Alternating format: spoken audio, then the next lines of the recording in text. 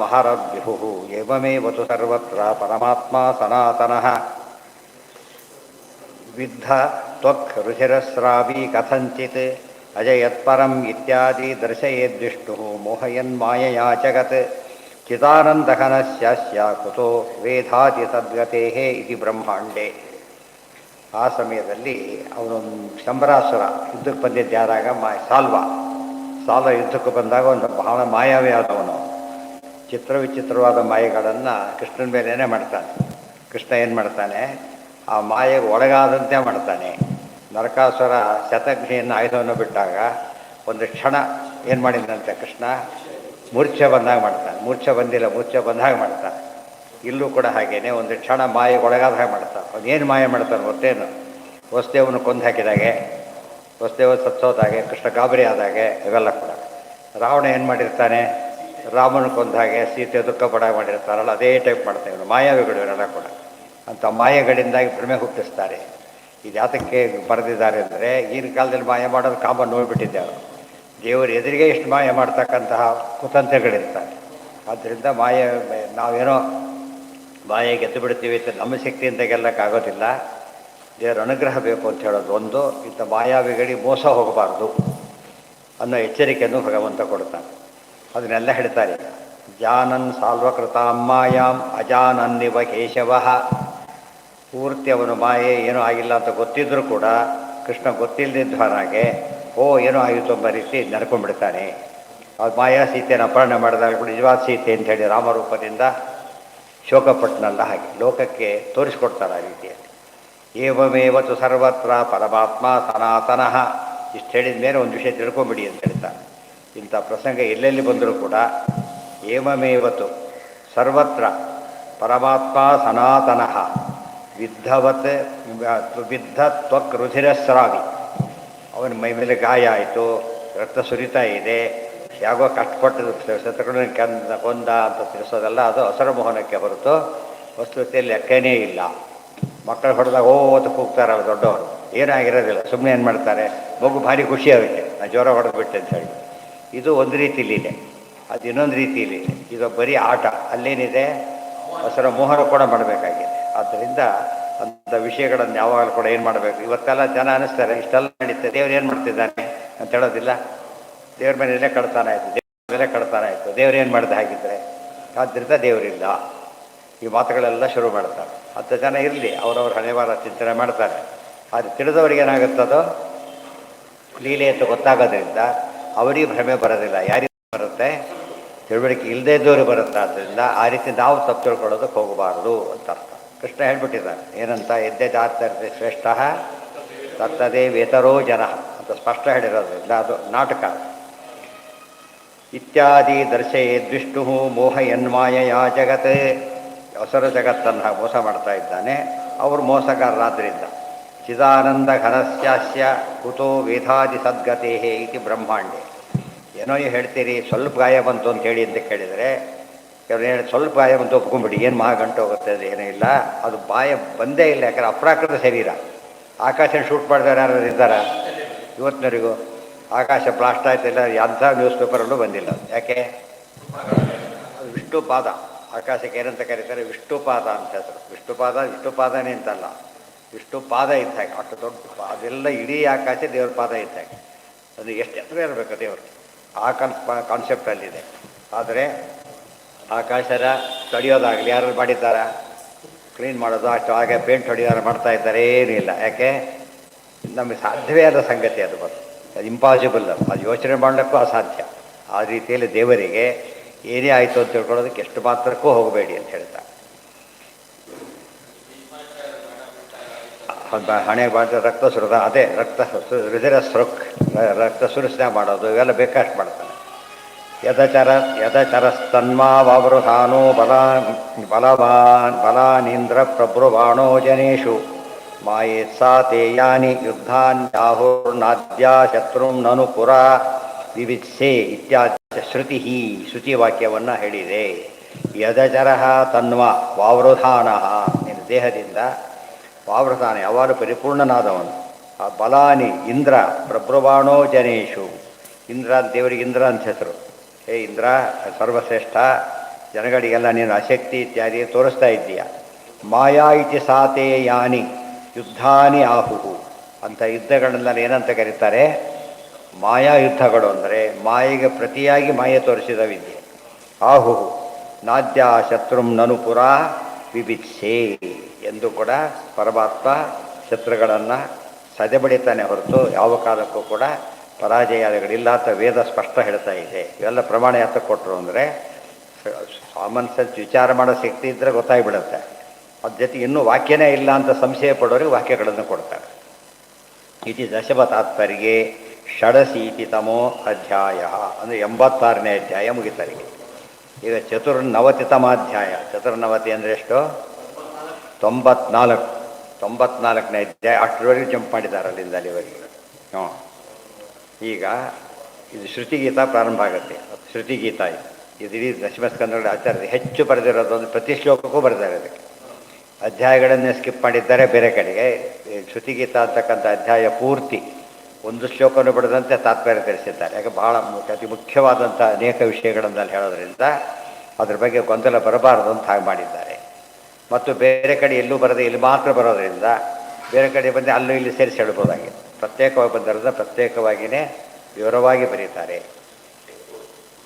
ಓಂ ಶ್ರೀ ಭಗವಾನುವಾಚ ತುಲ್ಯಶ್ರುತ ತಪಸ್ಸೀಲಾ ತುಲ್ಯ ಸ್ವೀಯಾರಿ ಮಧ್ಯವಾಹ ಅಪಿ ಚಕ್ರು ಪ್ರವಚನಂ ಏಕಂ ಶುಶ್ರೂಷವೋ ಅಪರೇ ಸನಕಾದ್ಯಾ ಸಮಾಃ ಸರ್ವೇ ತತ್ರ ಶ್ರೇಷ್ಠಃ ಕುಮಾರಕಃ ಮರುತ್ತಶ್ಚ ಸಮಾಃ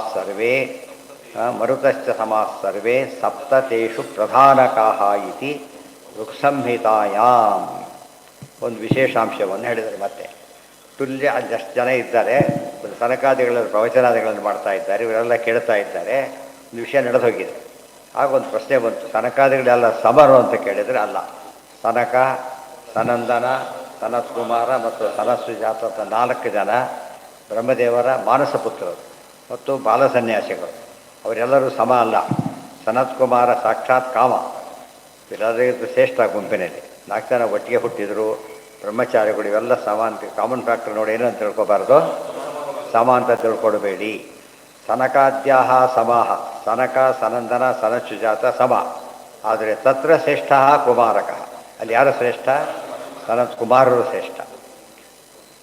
ಮರುತಶ್ಚ ಸಮಾಃ ಸರ್ವೇ, ಮರುತ್ತಗಳು ಎಲ್ಲರೂ ಸಮಾನನೇ. ಇದು ಯಾಕೆ ಪ್ರಶ್ನೆ ಬಂತು ಅಂದರೆ ಸನಕಾದಿ 4ರಲ್ಲಿ ಒಬ್ಬರು ಶ್ರೇಷ್ಠ ಆಗಿ 3 ಜನ ಕಡಿಮೆ ಆಗಿದ್ದರಿಂದ 49 ಮರುತ್ತಗಳಿದ್ದಾರಲ್ಲ, ಅವರಲ್ಲೂ ಈ ರೀತಿ ವ್ಯತ್ಯಾಸ ಇದೆ ಅಂತ ಕೇಳಿದರೆ ಅದಿಲ್ಲ. ಮರುತ್ತಶ್ಚ ಸಮಾಃ ಸರ್ವೇ ಸಪ್ತತೇಷು ಪ್ರಧಾನಕ. ಒಂದು ವ್ಯತ್ಯಾಸ ಇದೆ, ಅದರಲ್ಲಿ 7 ಜನ ಪ್ರಧಾನರು. ಇಲ್ಲಿ ಹಾಗಲ್ಲ, ಟೋಟಲಿ ಭಾರಿ ಡಿಫರೆನ್ಸ್. ಸನಕುತಾರ ಕಾಮ ಭಾರಿ ಮೇಲಿದ್ದಾನೆ, ಇಲ್ಲಿ ಹಾಗಲ್ಲ. ಆ ಗುಂಪಿನಲ್ಲಿ ಅವರು ಶ್ರೇಷ್ಠ. ಆ ಗುಂಪಿನಲ್ಲಿ, ಯಾವ ಗುಂಪಿನಲ್ಲಿ? ಮರುತ್ತಗಳ ಗುಂಪಿನಲ್ಲಿ 49 ಜನ ಸಮ ಆದರೂ ಕೂಡ 7 ಜನ ಅದರಲ್ಲಿ ಶ್ರೇಷ್ಠ ಅಂತ ಹೇಳಿ. ಇವೆಲ್ಲ ಸೂಕ್ಷ್ಮ ಎಲ್ಲೆಲ್ಲೋ ಹೇಳಿರೋ ತಾರತಮ್ಯದ ಬಂದೆಲ್ಲ ಸೇರಿಸ್ಬೇಕೀಗ. ತಾರತಮ್ಯ ಲಿಸ್ಟ್ ಮಾಡ್ಬೇಕಾದ್ರೆ ಆಚಾರ್ಯರು ಇಷ್ಟೆಲ್ಲ ಹೇಳಿದ್ದಾರಲ್ಲ, ಎಲ್ಲ ಸೇರಿಸ್ಬೇಕು. ಟಿಪ್ಪಣಿಕಾರ ಮಾಡ್ತಾರ ಕೆಲಸನ. ತುಂಬ ತಾರತಮ್ಯದ ಪುಸ್ತಕಗಳಿವೆ, ಎಲ್ಲ ವಾಕ್ಯಗಳನ್ನು ಒಟ್ಟಿಗೆ ಕೋಟ್ ಮಾಡಿಬಿಟ್ಟು ಈ ರೀತಿ ಅಂತೇಳಿ ಸ್ಪಷ್ಟವಾಗಿ ತಿಳಿಸ್ತಾರೆ. ಅದು ಹೋಮ್ವರ್ಕ್ ಕೊಟ್ಟರೆ ಶಿಷ್ಯರಿಗೆ ಆಗೋ ಹಾಗೆ ಇಷ್ಟು ಮಾಡಿ ನೀವು ಅಂಥೇಳಿ. ಸನಂದನ ಉವಾಚ, ಸನಂದನ ಹೇಳ್ತಿದ್ದಾರೆ ಈಗ. ಸ್ವಸೃಷ್ಟಮಿದಂ ಆಪೀಯ ಶಯಾನಂ ಸಹ ಶಕ್ತಿಭಿಃ ತದಂತೆ ಬೋಧಯಂಚಕ್ರುಃ ತಲ್ಲಿಂಗೈ ಶ್ರುತಯ ಪರಂ. ಪರಮಾತ್ಮ ಏನು ಮಾಡ್ತಾನೀಗ? ಎಲ್ಲ ಜಗತ್ತನ್ನು ಕೂಡ ಸೃಷ್ಟಿ ಮಾಡಿ ಆಯಿತು, ಸ್ಥಿತಿನೂ ಆಯಿತು, ಕಡೆಗೆ ಲಯವನ್ನೂ ಮಾಡಿದ. ಏನೂ ಇಲ್ಲ ಈಗ. ಮತ್ತೆ ಸೃಷ್ಟಿ ಶುರುವಾಯಿತು.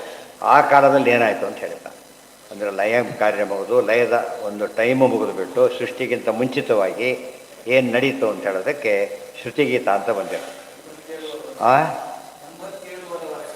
ಯಾರಿಗೆ ಅದು ಹೇಳೋದಕ್ಕೆ? ಅದಕ್ಕಿಂತ ಮುಂಚೆ ಅರುಣೋದಯ ಅಂತೀವಲ್ಲ ಹಾಗೆ.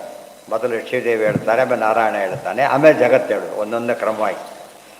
ಸ್ವಸೃಷ್ಟಮಿದಂ ಆಪೀಯ, ತಾನು ಸೃಷ್ಟಿ ಮಾಡಿದ ಜಗತ್ತನ್ನು ಆಪೀಯ ಎಲ್ಲವನ್ನು ಲಯ ಮಾಡಿಬಿಟ್ಟು ಶಯಾನಂ ಮಲಗಿದಂತಹ ಸಹ ಶಕ್ತಿಭಿ, ಶಕ್ತಿ ಅಂದರೆ ಪರಮಾರೂಪಗಳು, ಶಕ್ತಿ ಅಂದರೆ ಭಾರ್ಯ ಅಂತರ್ಥ. ಶಕ್ತಿಭಿ ತದಂತೆ, ಪಳೆಯ ಕಾಲದ ಕೊನೆಯ ಘಟ್ಟದಲ್ಲಿ ಬೋಧಯನ್ ಚಕ್ರುಹು, ತಲ್ಲಿಂಗೈ ಶ್ರುತಯ ಪರಂ. ಎಲ್ಲ ವೇದಗಳು ಅಂದರೆ ವೇದಾಭಿಮಾನಿ ದೇವತೆಯಾದ ಮಹಾಲಕ್ಷ್ಮೀ ದೇವಿ. ಇನ್ನು ವೇದಗಳು ಅಂತ ಪ್ರತ್ಯೇಕ ಹೇಳಕ್ಕೆ ಬರೋದಿಲ್ಲ. ವೇದಗಳ ಅಭಿಮಾನಿ ದೇವತೆ ಇದ್ದರೆ ಮಾತಾಡೋಕ್ಕೆ ಜಡ ಪದಾರ್ಥಗಳು. ಮಹಾಲಕ್ಷ್ಮೀ ದೇವಿನೇ ಅಭಿಮಾನಿ ದೇವತೆ.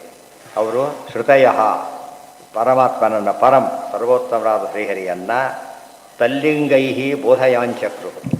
ತಲ್ಲಿಂಗೈ ಅಂದ್ರೇನು? ವಿಷ್ಣುವಿನ ಲಕ್ಷಣಗಳನ್ನು ಕೊಂಡಾಡ್ತಾ ಎಚ್ಚರಿಸ್ತಾ ಇದ್ದಾರೆ ಅಂದ್ರೇನು? ಯೋಗ ನಿದ್ರೆಯಿಂದ ಎಚ್ಚರಿಸ್ತಾ ಇದ್ದಾರೆ ಒಂದರ್ಥ. ಇನ್ನೊಂದರ್ಥ ಇದು ಪದ್ಧತಿ ಆಯಿತು. ರಾಜ ಮಹಾರಾಜರಿಗೆ ಏನು ಮಾಡ್ತಾ ಇದ್ದಾರಲ್ಲ, ಬೆಳಿಗ್ಗೆ ಒಂದೇ ಭಾಗದ ಏನು ಮಾಡ್ತಾರೆ, ಮೊದಲು ಒಂದೇ ಭಾಗದ ಸ್ತುತಿ ಮಾಡಿ ಅದನ್ನು ನೆಬಿಸ್ತಾರೆ. ಅದು ನಿಜವಾದ ಮೇಲಿರ್ತಾರೆ, ಅದನ್ನೇ ಎಬ್ಬಿಸ್ತಾರೆ. ಈ ಪದ್ಧತಿ ನೆನಪಿಗೋಸ್ಕರ ಮೊದಲು ಏನು ಮಾಡಬೇಕು, ಪತ್ನಿ ಎದ್ದು ಸ್ವಾಗತ ಮಾಡಿ ಎಬ್ಬಿಸ್ಬೇಕು ಅಂತ ತಾತ್ಪರ್ಯ ಅದಕ್ಕೆ. ಅದನ್ನು ತೋರಿಸೋದಕ್ಕೋಸ್ಕರ ಈಗ ವಿವರ ಬಂದು ಮುಂದುವರಿಸ್ತಾ ಇದ್ದಾರೆ. ಈ ಶ್ರುತಃ ಅಂತ ಬಹುವಚನ ಬ್ರಹ್ಮಾದೇವಿ ಒಬ್ಬರೇ ಇದ್ದಾರೆ. ಮೂರು ಯಾಕೆ ಹೇಳಬೇಕು ಅಂದರೆ ಶ್ರೀಹಿ ಭೂಹು ಇತಿ ರೂಪಾಭ್ಯಾಂ ಪ್ರಕೃತಿ ವಿಷ್ಣುನಾಸಃ. ಶ್ರೀರೂಪ ಭೂರೂಪಗಳಿಂದ ಪ್ರಕೃತಿ ಮಹಾಲಕ್ಷ್ಮೀ ದೇವಿ ಸದಾಕಾಲವೂ ಕೂಡ ವಿಷ್ಣುವಿನ ಜೊತೆಗಿರ್ತಾರೆ. ಸೇತೆ ಶ್ರುತಿಸ್ವರೂಪೇಣ ಸ್ತೌತಿ ಬ್ರಹ್ಮಲಯೇ ಹರಿ. ಅದರ ಜೊತೆಗೆ ಶ್ರುತಿಯ ರೂಪದಲ್ಲಿ ಶ್ರುತಿಯ ಅಭಿಮಾನಿ ದೇವತೆಯಾಗಿ ದಯ ಮುಕ್ತಾಯದ ವೇಳೆಗೆ ದೇವರನ್ನು ಸ್ತೋತ್ರ ಮಾಡ್ತಾರೆ. ಏಕಾಪಿ ಅನಂತರೂಪಾಸ ವಾಕ್ಯಭೇದಾತ್ ಸರಸ್ವತಿ. ಅವರಲ್ಲೂ ಕೂಡ ಹೇಗೆ ಪರಮಾತ್ಮ ಅನಂತ ರೂಪಗಳಿದ್ದರೂ ಕೂಡ ರೂಪಗಳಿಗೆ ಭೇದ ಇಲ್ವ ಹಾಗೆ ಮಹಾಲಕ್ಷ್ಮಿಗೆ ಅನಂತ ರೂಪ ಇದೆ. ಆದರೆ ಏನಿಲ್ಲ, ಅವರಿಗೆ ಆ ರೂಪಗಳಿಗೆ ಭೇದ ಇಲ್ಲ, ವಿಶೇಷ ಇದೆ, ಅದು ಮರಿಬಾರದು. ಏಕಾಪಿ ಅನಂತ ರೂಪಾಸ. ಈ ಮಾತು ಎರಡು ಸತ್ತು ಹೇಳ್ತಿರೋದು ಆಚಾರ್ಯರು. ಅನಂತ ರೂಪಿಣಿಂಚ ರುಕ್ಮಿಣಿಂ ಅಂಥೇಳಿ ಭೀಷ್ಮಕರಾಜನಿಗೆ ತನ್ನ ರೂಪವನ್ನು ತೋರಿಸ್ತಾ ಹೇಳ್ತಾನೆ. ಇಲ್ಲಿ ಇನ್ನೊಮ್ಮೆ ಹೇಳಿದ್ದಾರೆ, ನೆನಪಿಟ್ಟುಕೊಂಡ್ರೆ ಲಕ್ಷ್ಮೀದೇವಿಯು ಕೂಡ ಏನಿವೆ, ಅನಂತ ರೂಪಗಳಿವೆ. ಭಾಳ ಮುಖ್ಯವಾದ ಅಂಶ ಅದು. ಯಾಕೆ ಇಬ್ಬರು ಸಮ ಅಂದಮೇಲೆ ಪ್ರತಿ ರೂಪದ ಜೊತೆ ಅವರು ಇರಬೇಕಲ್ಲ. ಅನಂತ ರೂಪ ದೇವರಿಗಿದ್ದಾಗ ಮಹಾಲಕ್ಷ್ಮಿಗೂ ಕೂಡ ಅನಂತ ರೂಪ ಇರಲೇಬೇಕು. ಸ ವಾಕ್ಯಭೇದಾತ್ ಸರಸ್ವತಿ ಅನಾದಿ ನಿಧನ ನಿತ್ಯ ಸ್ತೌತಿ ನಾರಾಯಣಂ ಪ್ರಭು. ಆ ದೃಷ್ಟಿಯಲ್ಲಿ ಮಹಾಲಕ್ಷ್ಮಿಯ ರೂಪಗಳಿಗೂ ಮಹಾಲಕ್ಷ್ಮಿಗೂ ಭೇದ ಇಲ್ಲ, ವಾಕ್ಯಭೇದ. ಮಾತಾಡೋ ರೀತಿಯಲ್ಲಿ ವ್ಯತ್ಯಾಸ ಇದೆ ಹೊರತು ರೂಪಗಳಲ್ಲಿ ಏನೂ ವ್ಯತ್ಯಾಸ ಇದೆ. ಇದು ಕೂಡ ಲೋಕದೃಷ್ಟಿಯಲ್ಲಿ ಸ್ತೋತ್ರ ಮಾಡ್ತಾ ಇದ್ದಾರೆ. ಜೊತೆಗೆ ಇದ್ದಾರೆ ಅವರೀಗ, ಜೊತೆಗಿದ್ದಾರೆ. ಸ್ತೋತ್ರ ಹೇಗೆ ಮಾಡಬೇಕೀಗ? ಒಂದು ರೂಪದಲ್ಲಿ ಈ ಕಡೆ ಬಂದು ಸ್ತೋತ್ರ ಮಾಡ್ತಾರೆ, ಗೊತ್ತಾಯ್ತಾ? ಈ ಕಡೆ ಬಂದು ಎರಡು ರೂಪದ ಜೊತೆಗಿರ್ತಾರೆ, ಒಂದು ರೂಪದಲ್ಲಿ ಬಂದು ಸ್ತೋತ್ರ ಮಾಡ್ತಾ ಇರ್ತಾರೆ. ಅನಂತ ರೂಪ ಇರೋದು ಸಾಧ್ಯ ಇಲ್ಲದವ್ರು ಆಗ್ತಿರಲಿಲ್ಲ. ಇಲ್ಲಿದ್ದು ಅಲ್ಲಿಲ್ಲ, ಅಲ್ಲಿದ್ದರೆ ಇಲ್ಲಿಲ್ಲ. ಆ ರೀತಿ ಇದ್ದಾರೆ ಅವರು. ಅನಂತ ರೂಪರು ಅಂದರೂ ಒಂದೇ, ಅನಂತ ರೂಪಗಳಿಂದ ಮತ್ತೆ ಹೇಳಬೇಕಾಗಿಲ್ಲ. ಬರೀ ಅಂಶ ರೂಪಗಳಿರೋದೇ ಹಾಗೆ ಅವರು. ಉಳಿದವರ ಅಂಶ ಹೇಳ್ಬೇಕು, ಅಂಶನೂ ಹೇಳಬೇಕಾಗಿಲ್ಲ. ಏನು ಹೇಳಬೇಕು ಅವರಿಗೆ? ಬರೀ ರೂಪಗಳಷ್ಟೇ. ಹಾಂ ಹಾಂ ಅದೇ ರೀತಿಯೇ ಇವ್ರಿಗೂ ಹೇಳಬೇಕು. ವಾಕ್ಯಭೇದ ಅಂದ್ರೇನು? ಶ್ರುತಿಗಳಿವೆ, ಶ್ರುತಿಗಳು ಅನಂತ ಇದೆ. ವಾಕ್ಯಭೇದ ಅಂದ್ರೇನು? ಎಬ್ಬಿಸ್ಬೇಕಾಗಿರ್ತಕ್ಕಂಥ ಹೇಳೋ ಶ್ರುತಿಗಳು. ಅಭಿಷೇಕಕಾರ ಶ್ರುತಿ ಪುರುಷ ಸೂಕ್ತ, ಮಂತ್ರ ಪುಷ್ಪಕ್ಕೆ ಬೇರೆ ಹೇಳ್ತೀವಲ್ಲ, ಹಾಗೆ ವಾಕ್ಯಭೇದ ಅಂದರೆ ಶ್ರುತಿಗೆ ಅಭಿಮಾನಿ ದೇವತೆ ಅವರೇ. ಬೇರೆ ರೂಪ ತಗೋತಾ ಇದ್ದಾರೆ, ತೊಗೊಂಡ್ಬಿಟ್ಟು ವಾಕ್ಯಭೇದ ಆಯ್ತು. ಅದರಿಂದ ಬೇರೆ ಬೇರೆ ರೂಪ ತೊಗೊಂಡಾಗ ಏನಾಯ್ತು? ಈಗ ವಾಕ್ಯಭೇದ. ಈ ರೂಪದಿಂದ ಈ ವಾಕ್ಯ, ಈ ರೂಪದಿಂದ ಈ ವಾಕ್ಯ ಅಂತ ಹೇಳಿದಾಗ ರೂಪಭೇದ, ವಾಕ್ಯಭೇದ. ವಾಕ್ಯಭೇದ ಸತ್ಯ, ಅದು ಸುಳ್ಳಲ್ಲ. ರೂಪಭೇದ ಮಾತ್ರ ಅದು ಲೀಲೆ, ಅದು ಮೋಸ ಅಲ್ಲ, ಲೀಲೆ. ಆ ರೀತಿ ಮಾಡೋದಕ್ಕೆ ಬರುತ್ತೆ ಅವರಿಗೆ. ಸರಸ್ವತಿ ಶಬ್ದಕ್ಕೆ ಏನು ವಾಕ್ ಅಂತ ಅರ್ಥ, ಈ ಸರಸ್ವತಿ ಅಂತ ಅರ್ಥ ಅಲ್ಲ. ಆಗಿರೋದು ಈ ಸರಸ್ವತಿ. ಮಹಾಲಕ್ಷ್ಮಿ ಎಲ್ಲ ಹೆಸರು ಇದೆ. ನಾರಾಯಣನಿಗೆ ಎಲ್ಲ ಹೆಸರು ಹೇಗಿದೆಯೋ ಆ ರೀತಿ ಮಹಾಲಕ್ಷ್ಮಿಗೆ ಎಲ್ಲ ಹೆಸರುಗಳು ಇದೆ. ಪುರುಷವಾಚಕ ಶಬ್ದ ಹೆಸರು ಅವರಿಗಿದೆ. ಆದ್ದರಿಂದ ಇಲ್ಲಿ ಸರಸ್ವತಿ ಅಂದರೆ ಯಾರು? ಯಾವಾಗಲೂ ಜೊತೆಗೆ ಇರತಕ್ಕಂಥವರು ಅಂತ ಅರ್ಥ. ಜೊತೆಗೆ ಇದ್ದು ಜೊತೆ ಯಾವಾಗಲೂ ಕೂಡ ಹರ್ಕೊಂಡು ಹೋಗಿ ಸಮುದ್ರ ಸೇರುತ್ತಲ್ಲ, ಹಾಗೆ ನೀರು ಹರಿಯೋ ನೀರು ಸಮುದ್ರ ಹೇಗೆ ಸೇರುತ್ತೋ ಸರಸ ಸರ್ಕೊಂಡು ಹೋಗಿಬಿಟ್ಟು ದೇವರನ್ನು ಸೇರುತ್ತೆ ಅಂತ. ಯಾರು? ಅವ್ರಿಗೂ ಅಷ್ಟೇ, ಅವ್ರಿಗೆ ಇಬ್ಬರಿಗೂ ಕಾಮನ್, ಇಬ್ಬರಿಗೂ. ಅದಕ್ಕೆ ಮೊದಲೆದ್ರು ಅಂತ ಹೇಳಿದ್ರಲ್ಲ, ಯೋಗ ನಿದ್ರೆಯಿಂದವರು ಮೊದಲೆದ್ರು ಅಂತ ಯಾಕೆ ಹೇಳ್ತಾರೆ? ಅನಾದಿ ನಿಧಾನ ಚಾತುರ್ಮಾಸ್ಯದಲ್ಲೂ ಹಾಗೆ. ಯೋಗ ನಿದ್ರೆ ಮಹಾಲಕ್ಷ್ಮಿ, ಯೋಗ ನಿದ್ರೆ ನಾರಾಯಣ. ಅದಕ್ಕೆ ಅಮಾವಾಸ್ಯೆ ಅವ್ರು ಹೇಳ್ತಾರೆ ಫಸ್ಟು. ಅದಕ್ಕೆ ಲಕ್ಷ್ಮೀ ಪೂಜೆ ಮಾಡ್ತಾರೆ ಅವತ್ತು. ದೀಪಾವಳಿ ಅಮಾವಾಸ್ಯೆ ಬರುತ್ತಲ್ಲ, ಲಕ್ಷ್ಮೀ ಪೂಜೆ ಮಾಡೋದಕ್ಕೆ ಕಾರಣ ಮೊದಲು ಅದು. ಉತ್ಥಾನದಾಸ್ಯ ಆಗ ದೇವರು ಹೇಳ್ತಾರೆ, ಗೊತ್ತಾಯ್ತಾ? ಅಂದರೆ ಇವರಿಬ್ಬರು ಅವರು ಎಬ್ಬಿಸ್ತಾರೆ. ಉಲ್ಟಾ ಪಟ್ಟ ಆಗೋದು ಕಾಮನ್. ನಿತ್ಯ ನಿತ್ಯ ಸ್ತೌತಿ ನಾರಾಯಣಂ ಪ್ರಭುಂ ಅನಾದಿ ನಿಧನ ನಿತ್ಯ. ಇಷ್ಟೆಲ್ಲ ಆದರೂ ಅವರಿಗೆ ಮಾತ್ರ ಏನೂ ಆಗಿಲ್ಲ. ಅನಾದಿ ನಿಧನ ಅಂದ್ರೇನು? ಆದಿ ಮತ್ತು ನಿಧನ. ಆದಿಶ್ಚ ನಿಧನಂಚ ಆದಿ ನಿಧನೆ ನ ಆದಿನಿಧನಯಶ್ಚ ಸ ಅನಾದಿ ನಿಧನ. ಇವರು ಸ ಅನಾದಿ ನಿಧನ ಅಷ್ಟೇ. ಆದಿ ಅಂದರೆ ಹುಟ್ಟು, ನಿಧನ ಅಂದರೆ ಸಾವು. ಅನಾದಿ ನಿಧನ ಹುಟ್ಟು ಸಾವು ಇಲ್ಲದವರು ಅಂತ ಅರ್ಥ. ಅನಾದಿ ನಿಧನ ನಿತ್ಯ ಸ್ತೌತಿ ನಾರಾಯಣಂ ಪ್ರಭುಂ ಇತಿ ಜ್ಯೋತಿಷ್ ಸಂಹಿತಾಯ. ಉಳಿದವರೆಲ್ಲ ಬರೀ ವೇದ ಸ್ತೋತ್ರ ಮಾಡ್ತಾರೆ ಅಂತ ಹೇಳಿಬಿಡ್ತಾರೆ. ವೇದಗಳ ಸ್ತೋತ್ರ ಅಲ್ಲ, ವೇದಾಭಿಮಾನಿ ದೇವತೆ ಮಾಡಿದಂಥ ಸ್ತೋತ್ರ ಇದು. ಹೇಗೆ ಅಂತ ಕೇಳಿದರೆ, ಯಥಾ ಶಯಾನಂ ಸಾಮ್ರಾಜಂ ಬಂದಿನಃ ತತ್ಪರಾಕ್ರಮೈ ಪ್ರತ್ಯೂಷೆ ಅಭ್ಯೇತ್ಯ ಸುಶ್ಲೋಕೈ ಬೋಧಯಂತಿ ಅನುಜೀವಿನಃ. ಆ ರೀತಿಯಾಗಿ ಹೇಗೆ, ಯಥಾ ಹೇಗೆ, ಶಯಾನಂ ಸಾಮ್ರಾಜಂ, ಸಾಮ್ರಾಜ ಅಂದರೆ ಸಮ್ರಾಟ್ ಮಲಗಿರ್ತಕ್ಕಂಥ ಸಮ್ರಾಟನನ್ನು ಬಂದಿನಃ ವಂದಿಮಾಗದರು ಅಂತ ಅರ್ಥ. ವಂದಿಮಾಗದರು ತತ್ಪರಾಕ್ರಮೈ, ಅವನು ಪರಾಕ್ರಮವನ್ನು ಕೊಂಡಾಡ್ತಾ ಗೊತ್ತಾಯ್ತು. ಚಂಡ ಪ್ರಚಂಡ ಅಂತ ಹೇಳ್ತಾ ಮಹಾರಾಜ ಎಲ್ಲ ಸ್ತೋತ್ರ ಮಾಡ್ತಾ ಹೇಳ್ತಾ ಬರ್ತಾ. ಅವ್ರ ಡ್ಯೂಟಿ ಅದು. ರಾಜ ಎದ್ದಿದ್ರೂ ಕೆಲಸ ಮಾಡಬೇಕು, ಎಡದೇ ಇದ್ರೂ ಮಾಡಬೇಕು. ಅದು ಕಮ್ಮಿ ಕೆಲಸ ಮಾಡಬೇಕು. ಪರಾಕ್ ಹಾಕೋರ ಕೆಲಸನೇ ಅದು.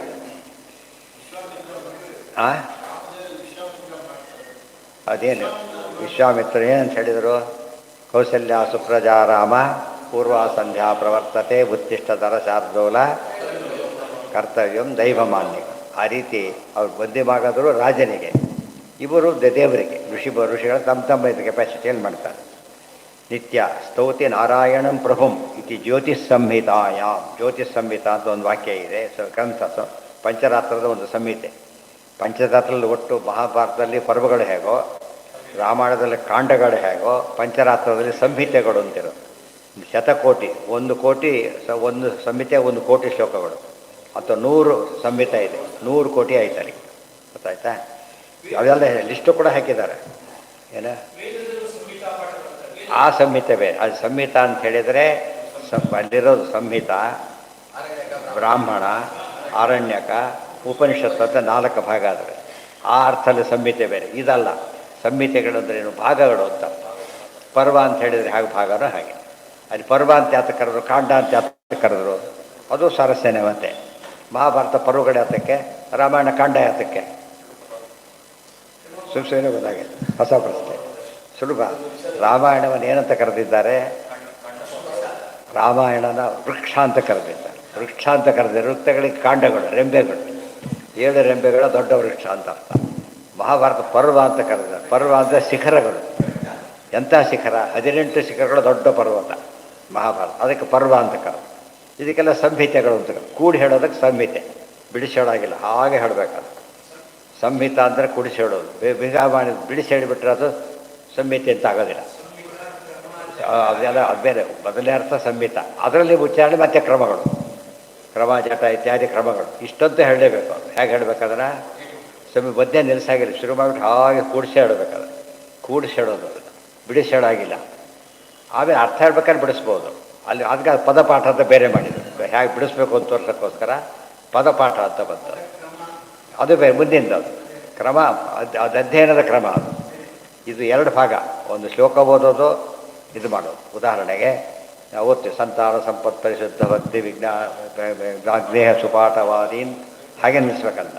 ದತ್ವಾ ಶರೀರೋತ್ತ ಸಮಸ್ತ ದೋಷಾನ್ ಹತ್ವಾ ಸನೋವ್ಯಾತ್ ಗುರು ರಾಘವೇಂದ್ರ. ಸುಮ್ಮನೆ ಓದ್ಬಿಟ್ಟು ಏನಾಗುತ್ತೆ ಅದಕ್ಕೆ?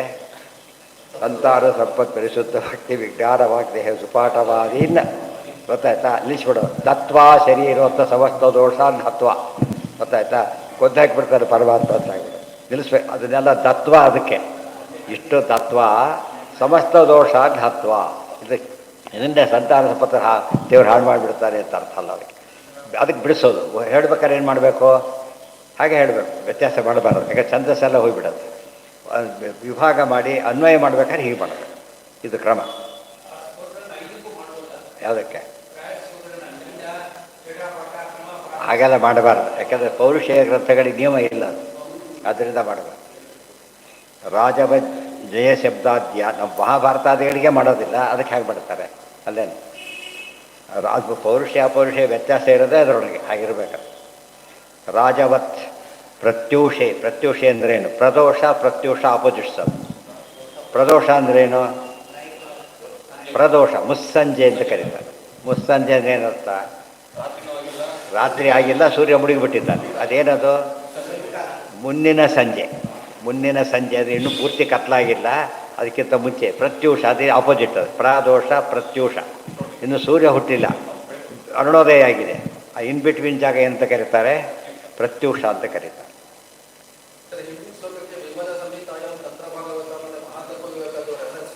ಹೌದು ಹೌದು.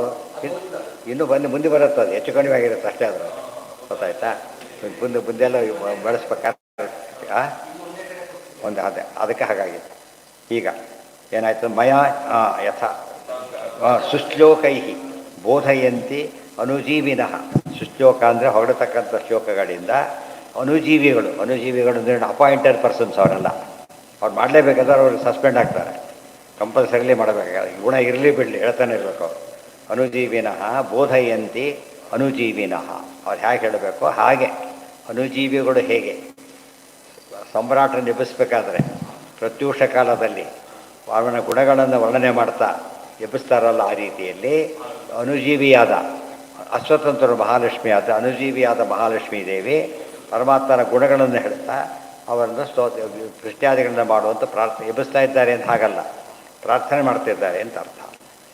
ರಾಜವತ್ ಜಯ ಶಬ್ದಾದ್ಯಾ ನಿತ್ಯಬುದ್ಧಸ್ಯ ಬೋಧನಂ ವಿಡಂಬ ಮಾತ್ರ ಜೈವಾತ್ರ ನಿದ್ರಾ ವಿದ್ಯಾಪತೇರ್ಹರೇ ಇತಿ ಕಾಪಿಲೇಯೇ. ದೇವರು ಮಲಗಿದ್ದಾನೆ, ಎಬ್ಬಿಸಿದ್ರು ಹಾಗೆಲ್ಲ ತಿಳ್ಕೊಳ್ಬಾರ್ದು. ರಾಜವತ್ ಜಯ ಶಬ್ದಾದ್ಯ ನಿತ್ಯಬುದ್ಧಸ್ಯ ಬೋಧನಂ. ರಾಜನಿಗೆ ಎರಡಿದೆ, ಅವನು ಮಲಗಿದ್ರೂ ಹೇಳಬೇಕು, ಎದ್ದಿದ್ರೂ ಹೇಳಬೇಕು. ದೇವ್ರು ಹಾಗಲ್ಲ, ಎದ್ದಿದ್ದಾಗಲೇ ಹೇಳಬೇಕು. ದೇವರು ಮಲಗೋದೇ ಇಲ್ಲ, ಅದರಿಂದ ಹೇಗೆ ಹೇಳಬೇಕು? ಅದನ್ನೇ ಹೇಳಬೇಕು. ಅದರಿಂದ ದೇವರಿಗೆ ಈ ರೀತಿ ದೃಷ್ಟಾಂತ ಕೊಟ್ಟು ದೃಷ್ಟಾಂತ ಸರ್ವಸಾಮ್ಯ ಮಾಡಬಾರ್ದು. ರಾಜ ಮಲಗಿದ್ದು ಎಬ್ಬಿಸ್ಬೋದು ಇವರು, ಇಲ್ಲಿ ಹಾಗಲ್ಲ. ದೇವರು ಮಲಗಿರೋದೇ ಇಲ್ಲ, ಆದರೂ ಅವ್ರು ಎಬ್ಬಿಸೋ ಸಂಕಂತ ಅದು ತಮ್ಮ ಕರ್ತವ್ಯ ಮಾಡಬೇಕಷ್ಟೇ. ಅದಕ್ಕೆ ಅರ್ಥ ಏಳು ಅಂತ ಅರ್ಥ ಮಾಡಬಾರ್ದು, ಸಾತ ಎದ್ದವನು ಅಂತ ಅರ್ಥ ಮಾಡಬೇಕು. ಗೊತ್ತಾಯ್ತಾ? ಜಯ ಜಯ ಅಂತ ಬರುತ್ತೆ. ದೇವರಿಗೆ ಜಯವಾಗಲಿ ಅಂತ ನಾವು ಹೇಳಬೇಕಾ? ಜಯ ಆಗೇ ಆಗುತ್ತೆ, ಅದನ್ನ ಸ್ಮರಣೆ ಮಾಡ್ತಿದ್ದೇವೆ ಅಂತ ಅರ್ಥ. ಹಾಂ, ಅದಕ್ಕೆ ನಾವು ಅಲ್ಲ, ಯಾವಾಗಲೂ ಜಯ ಆಗಿದೆ, ಜಯಶೀಲ ನೀನು ಅನ್ನು ಅನುಗ್ರಹಿಸಿ ನಮಗೂ ಜಯ ಕೊಡು ಅಂತ ಅರ್ಥ. ವಿಡಂಬ ಮಾತ್ರ ಕೈವಾಸ್ಯ ಏನಾಯಿತು? ಕೈವಾಸ್ಯ ನಿದ್ರಾ ಕ್ವಾ ಇರಬೇಕದು. ಕೈವಾಸ್ಯ ನಿದ್ರಾ ವಿದ್ಯಾಪತೇರ್ ಹರೇ. ಇದೆಲ್ಲ ವಿಡಂಬ ಅಷ್ಟೇ ಬರುತ್ತೆ, ಏನಲ್ಲ. ಕ್ವಾ ಎಲ್ಲಿದ್ದೆ? ಪರಮಾತ್ಮನಿಗೆ ಎಲ್ಲಿದೆ ನಿದ್ರಾ? ದೇವ್ರಿಗೆ ಎಲ್ಲಿಂದ ಬರಬೇಕು? ಯಾರಾತ? ವಿದ್ಯಾಪತಿ. ವಿದ್ಯಾಪತಿಗೆ ನಿದ್ರೆ ಹೇಗೆ ಬರುತ್ತೆ? ವಿದ್ಯೆ ಓದೋ ವಿದ್ಯಾರ್ಥಿಗಳಿಗೆ ನಿದ್ರೆ ಬರೋದಿಲ್ಲ, ವಿದ್ಯಾಪತಿಗೆ ಹೇಗೆ ನಿದ್ರೆ ಬರುತ್ತೆ ಅಂತ ಕೇಳ್ತಾರೆ. ಅದಿದೆ, ವಿದ್ಯಾತುರಾಣಂ ನ ಸುಖಂ ನ ನಿದ್ರಾ. ವಿದ್ಯಾತುರರಾದಂಥ ವಿದ್ಯಾರ್ಥಿಗಳೇ ನಿದ್ರೆ ಇಷ್ಟಪಡೋದಿಲ್ಲ ಅವರು. ಯಾಕೆ? ಟೈಮ್ ವೇಸ್ಟ್ ಆಗುತ್ತೆ ಅಂತ ಹೇಳ್ಬಿಟ್ಟು ಮಿನಿಮಮ್ ಮಾಡ್ತಾರೆ, ಹೆಚ್ಚು ಮಾಡೋದಿಲ್ಲ. ಇದು ಯಾರು? ವಿದ್ಯಾಪತಿ ಈತ. ವಿದ್ಯಾ ಅಂದರೆ ಮಹಾಲಕ್ಷ್ಮಿ. ಮಹಾಲಕ್ಷ್ಮಿ ಎದ್ದಿದ್ದಾರೆ ಅಂದಮೇಲೆ ಪರಮಾತ್ಮ ಹೇಗೆ ಮಲಗಿರ್ತಾನೆ? ಯೋಚನೆ. ಇವರೇ ಬರಗೋದಿಲ್ಲ, ಅವ್ರು ಹೇಗೆ? ವಾಯುದೇವರಿಗೆ ಪ್ರಳಯ ಕಾಲದಲ್ಲಿ ಏನಿಲ್ಲ, ನಿದ್ರೆ ಇಲ್ಲ. ನಾವು ಮಾಡೋ ನಿದ್ರೆ ಅವ್ರು ಮಾಡೋದಿಲ್ಲ. ಅದರಿಂದಾಗಿಯೇ ಅಲ್ಲಿ ಸೂಕ್ಷ್ಮ ವ್ಯತ್ಯಾಸ, ಮೂರು ಜನಕ್ಕೂ ಸೂಕ್ಷ್ಮ ವ್ಯತ್ಯಾಸ ಇದೆ. ಸ್ವಾತಂತ್ರ್ಯ, ಅಸ್ವಾತಂತ್ರ್ಯ, ಜೀವಕೋಟಿ ಪ್ರವಿಷ್ಟತೆ, ಈ ವ್ಯತ್ಯಾಸ ಇದೆ. ಬಟ್ ಎದ್ದಿರಬೇಕೆಂಬುದು ಕಾಮನ್ನು. ವಿದ್ಯಾಪತೇರ್ ಹರೇ ಇತಿ ಕಾಪಿಲೇಯೇ. ಶ್ರುತಯ ಊಚುಹು. ಏನು ಹೇಳಿದರು ಅಂತ ಹೇಳ್ತಾರೆ. ಈಗ ಶ್ರುತಯ ಊಚ ಅಲ್ಲಿದ್ದರೆ ನಾವು ಶ್ರುತ್ಯಭಿಮಾನಿ ದೇವತಾ ಊಚುಹು ಅಂತ ಹೇಳಬೇಕು. ಅವು ಮಹಾಲಕ್ಷ್ಮಿನೇ. ಜಯ ಜಯ ಶುರುವಾಗಿದ್ದ ಹಾಗೆ ಈಗ ಜಯ ಜಯ ಜಹಿ ಅಜಾಮಜಿತ ದೋಷಗೃಹೀತ ಗುಣಾಂ ತ್ವಮಸಿ ಯದಾತ್ಮನ ಸಮವರುದ್ಧ ಸಮಸ್ತ ಭಗಃ. ಅಜ ಜಗದೋಕಸಾಂ ಅಖಿಲಶಕ್ತಿ ಅವಬೋಧಕ ತೇ ಕ್ವಚಿತ್ ಅಜಯ ಆತ್ಮನ ಅನುಚರತೋ ಅನುಚರೇನ್ ನಿಗಮಃ. ಇದಿಷ್ಟು ತುಂಬ ಡಿಟೇಲ ಬರೀತಾರೆ ಇದಕ್ಕೆಲ್ಲ ಕೂಡ. ಜಯ ಜಯ ಯಾರಿಗೆ? ಅವರು ಮಹಾಲಕ್ಷ್ಮಿ ಅಭಿಮಾನ ದೇವತೆಯೇ. ಉಳಿದವರು ಯಾರು ಇಲ್ಲ. ಅವರೊಬ್ಬರೇ ಯಾವ ಇಲ್ಲದ ವೇದಘೋಷ ನಡೀತಾ ಇರ್ತಾರೆ. ಪ್ರಳಯ ಕಾಲದಲ್ಲೂ ಕೂಡ ವೇದಘೋಷ ನಡೀತಾನೆ ಇರುತ್ತೆ. ಉಳಿದವರು ಯಾರು ಇಲ್ಲೇ ಇಲ್ಲ, ಅವರು ಅಪ್ಲಿಕಬಲ್ಲೇ ಅಲ್ಲ. ಯಾರಿಗೆ ಅಪ್ಲೈ ಆಗಬೇಕಂದ್ರೆ ಎಲ್ಲ ದೇವರಿಗೆ ಅಭಿಮಾನಿ. ಇವರೊಬ್ಬರೇ ಪ್ರತಿಪಾದ್ಯ, ಅವನೊಬ್ಬನೇ. ಬೇರೆ ಕಡೆ ಋಷಿಗಳು ಬದಲಾಗ್ತಾ ಹೋಗ್ತಾರೆ. ಗಾಯತ್ರಿ ಮಹಾಮಂತ್ರ ವಿಶ್ವಾಮಿತ್ರ ಋಷಿ, ಆಗ ವಿಶ್ವಾಮಿತ್ರ ಋಷಿ ಅಲ್ಲಾಗ ಮಹಾಲಕ್ಷ್ಮಿನೇ ಋಷಿ. ಇನ್ನು ಮುಖ್ಯವಾಗಿ ದೇವರೇ ಋಷಿ, ನಾರಾಯಣನೇ ಋಷಿ. ಮುನಿಸ್ಸು ಸರ್ವವಿದ್ಯಾನ, ಎಲ್ಲ ವಿದ್ಯೆಗಳಿಗೂ ನಿಯಮ ಇದೆ. ಋಷಿ ದೇವತಾ ಇಲ್ಲದೆ ಹೇಳಬಾರದು ಅಂತೇಳಿ. ನಾವು ಯಾವುದೇ ವೇದ ಮಂತ್ರ ಸಿಗುತ್ತೆ, ಏನು ಮಾಡಬೇಕಾಗ? ನಾರಾಯಣೋ ಋಷಿ, ನಾರಾಯಣ ಋಷಿ. ಪ್ರತಿಪಾದ್ಯ ದೇವತಾ ನಾರಾಯಣನೇ, ಯಾವುದೇ ಆಗಿರಲಿ. ಜನರಲ್ ಅದು ಹೇಳಿದ್ದೀನಿ ಎಷ್ಟೋ ಸರ್ತೆ. ಈ ಲ್ಯಾಂಡ್ ಯಾರ್ದೂ ಗೊತ್ತಿಲ್ಲ, ಗೌರ್ಮೆಂಟ್ ಲ್ಯಾಂಡ್ ಅಷ್ಟೇ. ನಮ್ಮ ಲ್ಯಾಂಡ್ ಅಂತ ಕ್ಲೇಮ್ ಮಾಡೋಂಗಿಲ್ಲ. ನಮ್ಮದು ಅಲ್ಲ, ಬೇರೆಯವ್ರದ್ದು ಯಾರ್ದೋ ಆಗಿರ್ಬೋದು. ಗೌರ್ಮೆಂಟ್ ಲ್ಯಾಂಡ್ ಅಂದರೆ ಅಪರಾಧ ಅಲ್ಲ ಅದು. ಇನ್ನೊಬ್ಬರ ಲ್ಯಾಂಡ್ ಅಂದರೆ ಅಪರಾಧ ಆಗುತ್ತೆ, ಅಲ್ಲದೆ ಹೋಗಿದ್ದಾರೆ. ಗೌರ್ಮೆಂಟ್ ಲ್ಯಾಂಡ್ ಯಾವಾಗ ಹೇಳಬೇಕು, ಆಗಿದ್ದರೂ ಗೌರ್ಮೆಂಟ್ ಹೋಲ್ಡ್ ಇದೆ. ಎಷ್ಟು ಅಬ್ಸಲ್ಯೂಟ್ ಸೇಲ್ಡ್ ಇದ್ದರೂ ಕೂಡ ಕಂಟ್ರೋಲ್ ಯಾರು ಮಾಡ್ಬೋದು, ಅದನ್ನು ಮಾಡ್ಬೋದು. ಮತ್ತು ಅಬ್ಸಲ್ಯೂಟ್ ಸೇಲ್ಡ್ ಇದ್ದ ಎಲ್ಲ ಹೋಗಲಿಲ್ಲ, ಜಮೀನೆಲ್ಲ ಅಬ್ಸಲ್ಯೂಟ್ ಸೇಲ್ಡ್ ಇಟ್ಟಿದ್ದೆ ಅವೆಲ್ಲ ಕೂಡ. ಅದರಿಂದ ಅದಕ್ಕೆ ಅಪ್ಲಿಕಬಲ್ ಅಲ್ಲ. ಯಾವುದಕ್ಕೆ ನರಕ ಅಷ್ಟೇ ಇಲ್ಲ, ಗರ್ತೇವಾ ಪದ್ಯತೆ. ಏನು ಬೇಕು, ಎಷ್ಟು ಅನರ್ಥ ಬೇಕಾಗ್ಬೋದು, ಆಗ್ಬೇಕಾದ್ರೂ ಆಗ್ಬೋದು. ಹಾಂ ಯಾವುದೇ ಅದು ಮಾಡ್ಲಿಕ್ಕೆ ಬರೋದಿಲ್ಲ, ಅದಕ್ಕೆ ಶಾಸ್ತ್ರ ಒಪ್ಪಿಲ್ಲ ಅದನ್ನು. ಜಯ ಜಯ ಜಹಿ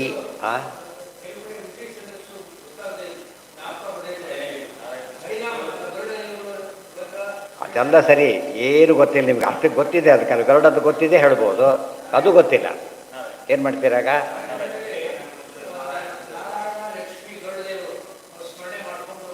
ಹೇಳಿದ್ನಲ್ಲ, ನಾರಾಯಣ ಲಕ್ಷ್ಮಿ ಕಾಮನ್ನು, ನಾರಾಯಣ ವಾಯುದೇವರು ಸ್ಮರಣೆ ಮಾಡೋದು. ವಾಯುದೇವರು ಎಲ್ಲದಕ್ಕೂ ಋಷಿ, ಗೊತ್ತಾಯ್ತಾ? ಪರಮಾತ್ಮ ಋಷಿ ಪ್ಲಸ್ ಪ್ರತಿಪಾದ್ಯ. ವಾಯುದೇವರು ಪ್ರತಿಪಾದ್ಯರಲ್ಲ, ಎಲ್ಲದಕ್ಕೂ ಋಷಿ ಹೌದು. ಕೆಲವು ಪ್ರತಿಪಾದ್ಯರು, ಮುಖ್ಯಾರ್ಥದಲ್ಲಿ ದೇವರು ಒಂದೇ, ಇನ್ಯಾರೇ.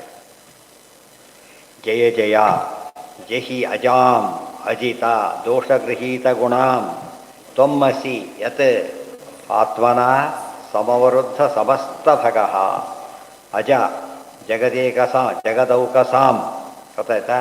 ಅಖಿಲ ಶಕ್ತಿ ಅವಬೋಧಕ ತೇ ಕ್ವಚಿತ್ ಅಜಯ ಆತ್ಮನ ಅನುಚರತಃ ಅನುಚರೇತ್ ನಿಗಮಃ ಅಂತ ಬಿಡಿಸ್ಬೇಕಾಗಿ.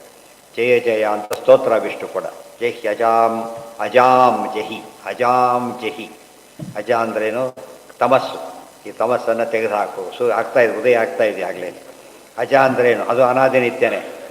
ಆ ದೋಷ ಗೃಹೀತ ಗುಣ, ಅದಕ್ಕೆ ಅಭಿಮಾನ. ಮತ್ತು ದುರ್ಗಾದೇವಿ, ಮತ್ತು ಜಡಪದ ಅಲ್ಲೇ ಸ್ಟಾಪ್ ಮಾಡಿಬಿಟ್ರೆ ಅದು ಶಾಸ್ತ್ರ ಅಲ್ಲ, ಚೇತನಕ್ಕೆ ಹೋಗಲೇಬೇಕದು. ಜಹಿ ದೋಷಗೃಹೀತ ಗುಣಾಂ, ಅದರಲ್ಲೇನಿದೆ ದೋಷದಿಂದಾಗಿ ಅದರ ಗುಣಗಳೆಲ್ಲ ಏನಾಗಿವೆ ಈಗ ಅಭಿವ್ಯಕ್ತವಾಗಿ ಆಗಿಲ್ಲ. ತ್ವಮಸಿ, ಅದೆಲ್ಲ ಡೀಟೇಲಾಗಿ ಮುಂದೆ ಹೇಳ್ತಾರೆ. ಯದಾ ತ್ವಮಸಿ ಯದಾತ್ಮನ ಸಮವರುದ್ಧ ಸಮಸ್ತ ಭಗಃ, ಆದರೆ ನೀನು ಸಮಸ್ತ ಭಗವನ್ನು ಕೂಡ ನಿನ್ನ ಸ್ವಂತ ಶಕ್ತಿಯಿಂದ ಏನು ಮಾಡಿದ್ದೀನಿ ಈಗ? ಮೆಟ್ಟಿ ನಿಂತವನಾಗಿದ್ದಿ. ಅಜ ಹುಟ್ಟಿಲ್ಲದವನೇ, ಅದು ಅಜ, ಇದು ಅಜ. ಅಜ ಮಹಾಲಕ್ಷ್ಮಿ ಪ್ರಕೃತಿ, ಅಜ ನಾರಾಯಣ. ಅದಕ್ಕೆ ಸಂತತಂ ಚಿಂತೆಯೇನಂತಂ ಅಂತಕಾಲೇ ವಿಶೇಷತಃ ನಯೋದಾಪುರ ಗೃಣಂತೋ ಅಂತಂ ಯದ್ಗುಣಾನಾಂ ಅಜಾದಯ. ಅಜ ಶಬ್ದಕ್ಕೆ ಸ್ವಾರಸ್ಯ ಇದೆ. ಅಜಾ ಶಬ್ದಕ್ಕೆ ಮಹಾಲಕ್ಷ್ಮಿ ಅಂತ ಅರ್ಥ, ಅಜ ಬ್ರಹ್ಮದೇವರು ಅಂತ ಅರ್ಥ. ಬ್ರಹ್ಮಾದಿಗಳು ಕೂಡ ಪೂರ್ತಿ ತಿಳಿಯೋದಕ್ಕಾಗೋದಿಲ್ಲ, ಎರಡರ್ಥನೂ ಬೇಕಾಗಿ. ಇದು ಬ್ರಹ್ಮಾದಿಗಳು ಅಂತ ಅಷ್ಟೇ ಅರ್ಥ ಮಾಡಿಬಿಟ್ರೆ ಮಹಾಲಕ್ಷ್ಮಿ ತಿಳಿಯುತ್ತಾ ಅಂತ ಪ್ರಶ್ನೆ ಬರೋದು. ಇಬ್ಬರಿಗೂ ಅನ್ವಯ. ಆ ಸಮಾಸದಲ್ಲಿ ಬಂದಿದ್ದರಿಂದ ಹೇಗೂ ಬಿಡಿಸ್ಬೋದು ಅದನ್ನು. ಅಜ ಅಂತ ಬಿಡಿಸ್ಬೇಕು, ಅಜ ಅಂತಲೂ ಬಿಡಿಸ್ಬೋದು. ಅಜ ಆದಯ, ಅಜ ಆದಯ ಎರಡೂ ಆಗ್ಬೋದು. ದೋಷೈ ದುಃಖಾದ್ಯೈ ಆನಂದಾದ್ಯ ಜೀವಗುಣ ಗೃಹೀತ ಯಯಾಸ ದೋಷಗೃಹೀತ ಗುಣ. ದೋಷೈ ನೋಡೋದಕ್ಕೇನಾಗಿದೆ? ದೋಷೈ ದುಃಖಾದ್ಯೈ, ಮಹಾಲಕ್ಷ್ಮಿಗೆ ದೋಷ ಇತ್ಯಾದಿ ಹೇಳಬಾರದು. ಮತ್ತೆ ದೋಷೈ ದುಃಖಾದ್ಯೈ ಆನಂದಾದ್ಯ ಜೀವಗುಣ, ಜೀವರಿಗೆ ಸ್ವರೂಪದಲ್ಲೇ ಏನಿದೆ? ಫಲವಾನಂದ ಓಜಶ್ಚ ಸಹೋ ಜ್ಞಾನಮನಾಕುಲಂ ಸ್ವರೂಪಾಣ್ಯೇವ ಜೀವಸ್ಯ ವ್ಯಜ್ಯಂತೆ ಪರಮಾದ್ಯು. ಸ್ವರೂಪದಲ್ಲೇ ಆನಂದಾದಿಗಳಿವೆ, ಆದರೆ ದೋಷ ಅದು ಮುಚ್ಚಾಕಿಬಿಟ್ಟಿದೆ, ಆನಂದಾದಿಗಳು ಕಾಣದಂತೆ ಮಾಡಿಬಿಟ್ಟಿದೆ. ಯಾರಿಗೆ? ಜೀವಗುಣಗಳವೆಲ್ಲ. ಜೀವಗುಣ ಗೃಹೀತಾ ಯಯಾ ಸಾ ದೋಷಗೃಹೀತ ಗುಣ ಅಂತ ಮಹಾಲಕ್ಷ್ಮೀ ದೇವಿ. ತ್ವಮಸಿ ಯದಾತ್ಮನ ಸಮವೃದ್ಧ ಸಮಸ್ತ ಭಗಃ, ಆದರೆ ನೀನೆಂಥವನು ಅಂದರೆ ನಿನ್ನ ಸ್ವಂತ ಶಕ್ತಿಯಿಂದ ಎಲ್ಲವನ್ನು ಮೆಟ್ಟಿ ನಿಂತವನು. ಯಸ್ಮಾತ್ ತ್ವಂ ಸ್ವತಃ ಏವ ಅನಪಗತ ಪೂರ್ಣೈಶ್ವರ್ಯಾದಿ ಗುಣ. ಅನಪಗತ ಪೂರ್ಣೈಶ್ವರ್ಯಾದಿ ಗುಣ. ಅಪಗತ ಅಂದರೆ ಹೋಗಿರೋ, ಕಳ್ಕೊಂಡಿರೋದು. ಅನಪಗತ ಅಂದರೆ ಕಳ್ಕೊಡದೇ ಇರೋದು, ಕಳ್ಕೊಡದೇ ಇರತಕ್ಕಂತಹ, ಬಿಟ್ಟು ಹೋಗದೇ ಇರತಕ್ಕಂತಹ ಐಶ್ವರ್ಯಾದಿ ಗುಣ. ಐಶ್ವರ್ಯ ಯಾಕೆ ಬಂದು ಹೇಳಬೇಕಾಗಿತ್ತು? ಐಶ್ವರ್ಯಾದಿ ಗುಣ ಅಂತ ಯಾಕೆ ಹೇಳಬೇಕು? ಬೇರೆ ಹೇಳ್ಬೋದಲ್ಲ. ಇಲ್ಲಿ ಭಗವಾನ ಸ್ತೋತ್ರ ಮಾಡ್ತಾರೆ. ಭಗ ಶಬ್ದಕ್ಕೆ ಅರ್ಥ ಏನು? ಭಗದಲ್ಲಿ ಫಸ್ಟ್ ಇರೋದು ಯಾವುದೋ ಐಶ್ವರ್ಯ, ಗೊತ್ತಾಯ್ತಾ? ಭಗ ಶಬ್ದಕ್ಕೆ ಅರ್ಥ ಹೇಳ್ಬೇಕಾದ್ರೆ ಭಗ ಸ್ಥಿತಿ ಭಗವಾನ್ ಅಂತ ಹೇಳಬೇಕು. ಭಗ ಅಂದ್ರೆ ಏನು ಅಂತ ಹೇಳಬೇಕು? ಐಶ್ವರ್ಯ ಸಮಗ್ರಸ್ಯ ವೀರ್ಯಶೇಷ ಸ್ತ್ರೀಯ ಜ್ಞಾನ ವಿಜ್ಞಾನಯೋಶ್ಚೈವ ಷಣ್ಣಾಂ ಭಗ ಇತೀರಣ ಅಂತಿರೋದ್ರಿಂದ ಭಗದಲ್ಲಿ ಐಶ್ವರ್ಯ ಬದಲಾದ್ರಿಂದ ಐಶ್ವರ್ಯ ಅಂತ ಪದ ಉಪಯೋಗಿಸ ಅದು ಅದೆಲ್ಲ ಅವ್ರು ಹೇಳೋದಿಲ್ಲ ಆಚಾರ್ಯರು ವ್ಯಾಖ್ಯಾನಕಾರ ಹೇಳಬೇಕಾದ್ರೆ ಗೊತ್ತಾಯ್ತಾ ಅದಿಷ್ಟು ನೋಡಿದ್ರೆ ಅರ್ಥ ಆಗುತ್ತಲ್ಲ ಹಾಗೆ ಹಾಂ ಹೇಳ್ಬೋದು ಯಾವ ರೀತಿಯಲ್ಲಿ ಹೇಳ್ಬೋದು ಅವರಿಗೆ ಆಚಾರ್ಯ ಅವರಿಗಷ್ಟೇ ಅಲ್ಲ ದೊಡ್ಡವರಿಗೆಲ್ಲ ಹೇಳ್ಬೋದು ಕೆಟ್ಟವ್ರಿಗೆ ಹೇಳಬಾರ್ದು ಕೆಟ್ಟವ್ರಿಗೆ ಹೇಳೋ ಪದ್ಧತಿ ಜಾಸ್ತಿ ಬಂದುಬಿಟ್ಟಿದೆ ಒಳ್ಳೆಯವರಿಗೆಲ್ಲ ಹೇಳ್ಬೋದು ಎಷ್ಟಿದೆ ಸ್ವಲ್ಪ ಐಶ್ವರ್ಯ ಸ್ವಲ್ಪ ಇದೆ ಲಕ್ಷಾಧೀಶರು ಶ್ರೀಮಂತ ಅಂತಾರಲ್ವ ಕೋಟೇಶ್ವರು ಶ್ರೀಮಂತನೇ ಚಕ್ರವರ್ತಿಯರು ಶ್ರೀಮಂತನೇ ಆ ರೀತಿ ಅಂದರೆ ಅದು ಸ್ವಲ್ಪ ಅರ್ಥ ಕಡಿಮೆ ಮಾಡಿ ಹೇಳಬೇಕು ಅಬ್ಸಲ್ಯೂಟ್ ಸೆನ್ಸಲ್ಲಿ ಯಾರಿಗೆ ಹೇಳಬೇಕು ಅದನ್ನು ಇಲ್ಲವರ ಆಚಾರ್ಯರಿಗೆ ಉಪಯೋಗಿಸಿದ್ದಾರೆ ಭಗವಾನ್ ಆನಂದ ತೀರ್ಥ ಮುನಿ ಅಂತ ಜಯತೀಕರಾಯರೇ ಕರೀತಾರೆ ಎಲ್ಲಿ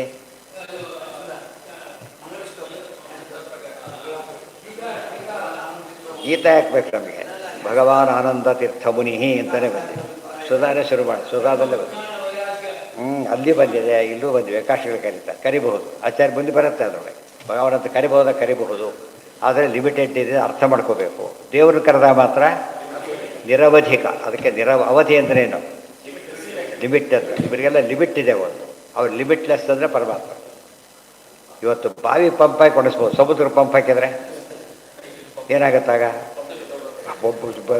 ಎಲ್ಲರೂ ಹೋಗ್ತಿರ್ತಾರೆ ಹಾಗೆ ಇರುತ್ತೆ ಇವ್ರು ಸುಟ್ಟಲು ಸತ್ತು ಹೋಗ್ತಾರೆ ಹಾಗೆ ಮಾಡ್ತಾಯಿದ್ರು ಕೂಡ ಇರೋದೇ ಆಗೋದೆ ಲಿಮಿಟ್ ಇಲ್ಲ ಆದ್ದರಿಂದ ನಾವು ಕೆರೆಯನ್ನು ಸಮುದ್ರ ಅಂತ ಕರಿತೇವೋ ಇಲ್ಲ ಸಮುದ್ರನ ಕೂಡ ದೊಡ್ಡ ಕೆರೆ ಅಂತ ಕರಿಬಹುದಾ ಕರಿಬೋದು ನೋಡು ಸಣ್ಣ ಅರ್ಥದ ಹೋಗಿ ಆದರೆ ಸಮುದ್ರನೇ ಕೆರೆನೇ ಆ ರೀತಿಯಲ್ಲಿ ಇದೆ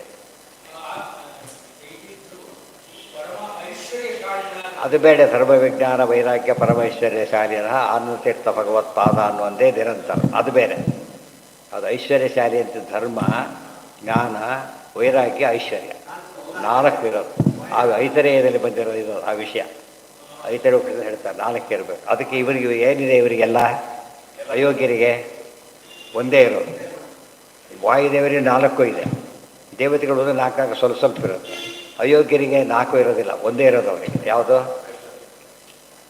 ಐಶ್ವರ್ಯವದು ಇರೋದಿಲ್ಲ ಇರಬೇಕು ಅಂತ ಬಯಕೆ ಇರುತ್ತೆ ಬಿಡೋದು ಬೇಕೆ ಅದೇ ಬೇಕು ಅವರಿಗೆ ಅದಕ್ಕೇನಂತ ಹೆಸರು ಅವರಿಗೆ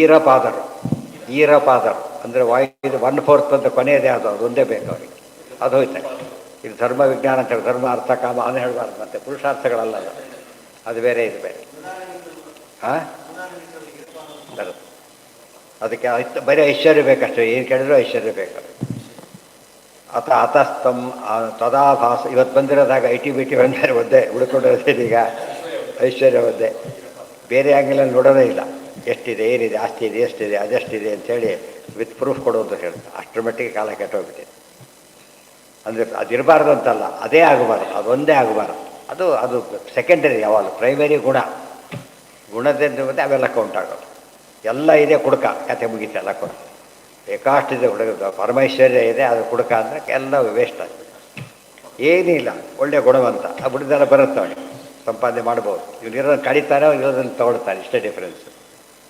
ಗತಪೂರ್ಣೈಶ್ವರ್ಯಾದಿ ಗುಣೋ ಅಸಿ ಅಂದರೆ ಅನಪಗತ ಎಂದೂ ಕಳೆದುಕೊಳ್ಳದೇ ಇರತಕ್ಕಂತಹ ನಾವು ಜೀವನಿಗೆ ಇದೆ ಸ್ವಲ್ಪ ಇದೆ ಅದು ಮುಚ್ಚೋಗ್ಬಿಟ್ಟಿದೆ ಇರೋದೇ ಸ್ವಲ್ಪ ಅದು ಕೂಡ ಏನಾಗಿದೆ ಮುಚ್ಚೋಗ್ಬಿಟ್ಟಿದೆ ಉದಾಹರಣೆಗೆ ಇಷ್ಟು ದೊಡ್ಡ ಗೋಲ್ಡ್ ಓರಿದೆ ಇಷ್ಟು 1 ಮಿಲಿಗ್ರಾಮ್ ಬಂಗಾರ ತೆಗೆದ ಏನಾಯ್ತು ಈಗ ದೇವ್ರದ್ದು ಹಾಗಲ್ಲ ಆನಂದ ಘನ ಪ್ರತಿಯೊಂದು ಕೂಡ ಏನು ದೇವರಿಗೆ ನಿರವಧಿಕ ಎಲ್ಲವೂ ಫುಲ್ಲಿ ಎಕ್ಸಿಬಿಟೆಡ್ ಜೀವನಿಗೆ ಅದು ಎಕ್ಸಿಬಿಟ್ ಆಗ್ಬೇಕಾದ್ರೆ ಎಷ್ಟೋ ಕಲ್ಪ ಸಾಧನೆ ಮಾಡಬೇಕು ಅವನು ಪಾಪ ಅದೇನೇ ಇಲ್ಲ ಅದಕ್ಕೆ ಅನಪಘಾತ ಅಂತ ಕರೆದು ಅಪಘಾತ ಅನಪಘಾತ ಎಷ್ಟೋ ಶ್ರೀಮಂತರು ಪಾಪರಾದರು ಮತ್ತೆ ಸಂಪತ್ತು ಬರ್ಬೋದು ಬರದೇನೆ ಹೋಗ್ಬೋದು ದೇವ್ರದ್ದು ಹಾಗಲ್ಲ ಎಂದೂ ಕೂಡ ಏನಾಗಿಲ್ಲ ಎಷ್ಟೋ ಸರ್ತಿ ಭಾರಿ ಶ್ರೀಮಂತನೇ ಬೇರೆ ಊರಿಗೆಲ್ಲ ಹೋಗಿರ್ತಾನೆ ಎಷ್ಟು ದುಡ್ಡು ಬೇಕು ದುಡ್ಡು ಅವನ ಹತ್ರ ಇಲ್ಲ ಈಗ ಮನೆಯಲ್ಲಿದೆ ಇಲ್ಲಿದೆ ಅಲ್ಲಿಲ್ಲ ಆಗ ಅಪಘಾತನೇ ಅವನು ಎಷ್ಟೋ ವಿಷಯ ತೊಗೊಳಕ್ಕಾಗೋದಿಲ್ಲ ಅವನಿಗಾಗ ದುಡ್ಡಿಲ್ಲದೆ ಹೋಯ್ತು ಚೇಂಜ್ ಇಲ್ಲ ಅದು ಬೇರೆ ಕೆಲಸ ಚೇಂಜ್ ಇಲ್ಲದೆ ಬಿಟ್ಬಿಡ್ಬೋದು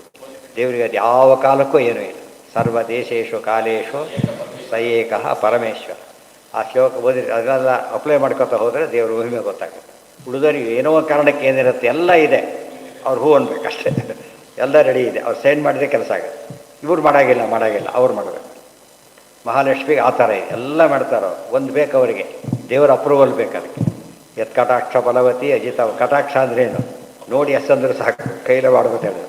ನೋಡಿಬಿಟ್ಟು ಅರ್ಥ ಇವ್ರಿಗೂ ಅರ್ಥ ಆಗುತ್ತೆ, ಅವ್ರಿಗೂ ಅರ್ಥ ಆಗುತ್ತೆ. ಅನುಮತಿ ಬೇಕಾದ್ರೆ ಕೆಲಸ ದೂರ ಮಾತಾಡೋದು ತುಂಬ ಜನ ಎಲ್ಲರೂ ಕೆಲಸ ಮಾತಾಡೋದಿಲ್ಲ, ಕಣ್ಣಲ್ಲೇ ಸೂಚನೆ ಕೊಡ್ತಾರೆ. ಉಳಿದವ್ರಿಗೆ ಗೊತ್ಕೊಡೋ ಆಗಲ್ಲ ಅದು. ಅವನಿಗೆ ಗೊತ್ತ ಏನು ಅಂತ ಕೇಳಬಾರ್ದು. ಅವನು ಕೇಳಿದರೆ ಏನು ಹೇಳಿದ್ರೆ ಉಪಯೋಗ ಇಲ್ಲ, ಸ್ವಾರಸ್ಯ ತಪ್ಪೋಗ್ಬಿಡುತ್ತೆ. ಯಾಕೆ ಅಜಿತ ಅಂತ ಅದಕ್ಕೆ ಕೇಳ್ತಾರೆ? ಒಂದೊಂದು ಸರ್ತಾರು ಸೋಲ್ತಾನೆ ಅಂದರೆ ಸೋಲೋದಿಲ್ಲ, ಯಾವಾಗಲೂ ಅಜಿತಾನೆ, ಎಂದೂ ಸೋಲಿಲ್ಲದವನು. ಜಿತಂತೆ ಪುಂಡರೀಕಾಕ್ಷ ಜಿತಂತೆ ವಿಶ್ವಭಾವನ, ಆ ಅರ್ಥದಲ್ಲಿ ಎಂದೂ ಸೋಲಿಲ್ಲದವನು. ವಶಿ ವಶೇನ ಕಶ್ಯಾಪಿ ಯೋಜಿತೋ ವಿಜಿತ ಅಖಿಲ, ಅದೆಲ್ಲ ಅರ್ಥ ಮಾಡೋಕ್ಕೋಸ್ಕರ ಒತ್ತಿ ಹೇಳಿದ. ಅಲ್ಲಿಗೆ ಇರಲಿ, ನಾಳೆ ಕಂಟಿನ್ಯೂ. ದೊಡ್ಡದಿದ್ದು 3 ಇದೇ ಆಗುತ್ತೆ ಹೆಚ್ಚು ಕಡಿಮೆ. ಅದು ಸರಿಯಾಗಿ ಜ್ಞಾಪಕ ಇಟ್ಕೋಬೇಕು, ತಿಳಿದಷ್ಟು ಕೇಳಬೇಕು.